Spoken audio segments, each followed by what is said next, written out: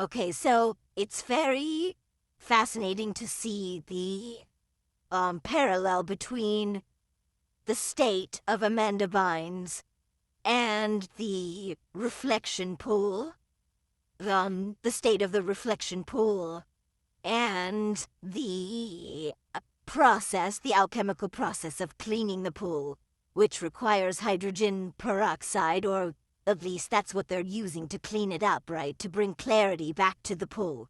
The reflection represents collectively the feminine part of ourselves, the feminine aspect of our mind is reflecting this out collectively. Represent the concave aspect of the feminine, which is the receptivity of feminine energy to receive, right?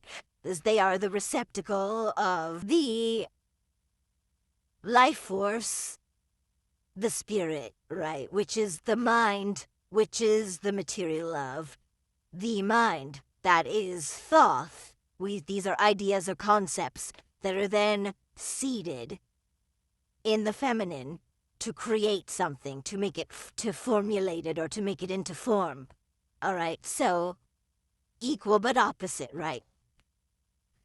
There's a process going on here where the reflection is murky. The reflection is, the pool now is murky, and that's like supposed to represent the state of the mind in Babel. This is a Babel state, which is confusion, because Babylon means confusion, and the idea of the, Medusa's head is the algae. Okay, it's like the tangled mess, the dreads, the knots, the locks on the mind that's causing the tangled, confused timeline, things mixed up and messed up and knotted up. It's there, but it's just in a state of a jumbled confusion, right? So it's not that we're trying to increase our intelligence. The intelligence meaning the memory, right? The intelligence meaning the intel within us. We're not trying to, like, evolve it or make it better. We're trying to clean it up so that we can actually see it for what it is. Because there's walls, there's disassociative walls, and this Amanda Bynes chick actually was diagnosed with dissociative identity disorder, I guess, apparently, and she also has some type of, schizophrenia or something like that, word on the street. And, you know, she went through a lot of different things with her family, selling her out and doing, you know, she was a child star and she obviously couldn't handle it or deal with it. She had a major breakdown. And this kind of like the state of the reflection pool, the breaking down, the dissolution of the identity that we have within this world, dissolving it, and it's an ugly thing because we have to let go of it and we have to accept that it's not really us, right? And that process can become the last state of Medusa, which is like this idea of dissolving the old self so that you can go through the transition to clarity. And that's what this blonde hair is. She just recently dyed her hair this like almost white blonde, right? And then they talk about dumping hydrogen peroxide in the reflection pool. And hydrogen peroxide is what bleaches the hair, right? It's what causes the blonde hair, for your hair to become blonde if you decide to bleach it, right? That's what they call the bleach blonde or whatever. And so this is the fix, right? The fix to getting the algae out of the pool or to get it out of the state of murkiness and confusion is to clean it up with hydrogen peroxide. So, Medusa is a three-form state, but her last state is Medusa, but she's trying to release the chained aspect of herself, which represents Andromeda. Andromeda is a feminine principle or step in the alchemical formula of the Medusa story. So Medusa represents the state right before everything completely breaks down, right? So this is a necessary step to get to the breakdown and the dissolution of the chains of the mind and the aspect of the mind being in a state of confusion. And then, freeing the aspect of Andromeda who can see clearly, right? Awaiting the liberation and the clarity of mind by cleaning up the algae with hydrogen peroxide. This is also like the story of the Lady of the Lake, because she has a sword, right? And the sword is cutting through, the murkiness, which is like an aspect of the air. So the air signs are the swords in the deck, in the tarot deck, and they represent the mind being clear and free from any type of confusion or any type of murkiness, because the water represents the state of the water anyway. You have to look at the state of the water. Is the water clear? Is it like this murky green? You can't see through it because it's, the ectoplasma.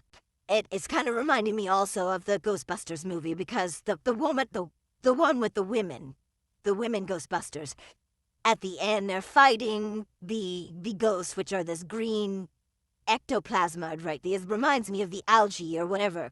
This hymic green ghoulish, and the word ghoul also has to do with algal as well. So the ghoul state is that confusion state, that state of disassociation through our avatars, because we are disassociating by playing these people that we are in this life. We are wearing these masks, these false identities, and some people fully accept them as themselves, as their true core main identity, right? To cut through that false disassociative state that we're in right now, and to see the light of Sirius, which is that blazing starlight. So they go through the portal, and then they come back with this white hair. It's like, it's almost white. It's not quite white. It still has like a blondish tinge to it. So it's like that platinum, and that's supposed to represent the state of mind after coming through and going back. But fighting the demons is what the women were doing, because they were fighting the ghost, the ectoplasma, right? They were fighting the ectoplasma, and they were trying to contain it, and they were trying to get rid of it, to rid it from the city, because it was wreaking havoc over everyone. The ectoplasma, which is like the idea of the disassociation, was wreaking havoc over everyone, and they were trying to clean it up and get it out so that, people could return back to normal, right? And so, once they came back, because they fell into the portal area, I can't remember all of everything that happened, but I do remember that they went through to the other side, and then when it came back, they had blonde, whitish hair. It was like stark white, okay? And there was no, what do they call it when you have, like, low lights, or highlights, or anything, was just this block white hair, right? Which is very stark. It's very, similar to this Amanda Bynes, look the way she looks right now. Like, there's no, And so, what else do I want to say about this? Yeah, it's basically like the same thing as entering the portal, the light of clarity, seeing the light of clarity, and then coming back changed with the clear mind, with the complete understanding and picture of the Akashic records, because your mind has an Akashic records that's attached to, everything that has made your avatar in your body is the result of, memory, right? So, all of your parents and their parents and their parents and their parents' experiences are what's created your body and your script within your body. So all of that history is contained within it, right? And then the whole history of everything is contained within the larger scope of the environment that we live within, which is also attached to the body as well. So it can all be accessed. And I think this is that idea of getting out of the state of Babel, which is Medusa, okay, which is that state that we're all in. Everybody's Medusa, everybody's, because they have lost parts of themselves, lost parts of their history because of the kingdom of Babel which is also an equivalent of the sea monster Cetus, okay, which is in the story of Medusa. This Medusa actually ends up destroying the sea monster who is going to kill Clarity, which represents Andromeda. Andromeda, the one chained to the rock, who was sacrificed by the King of Wales, or the King Cetus. Okay?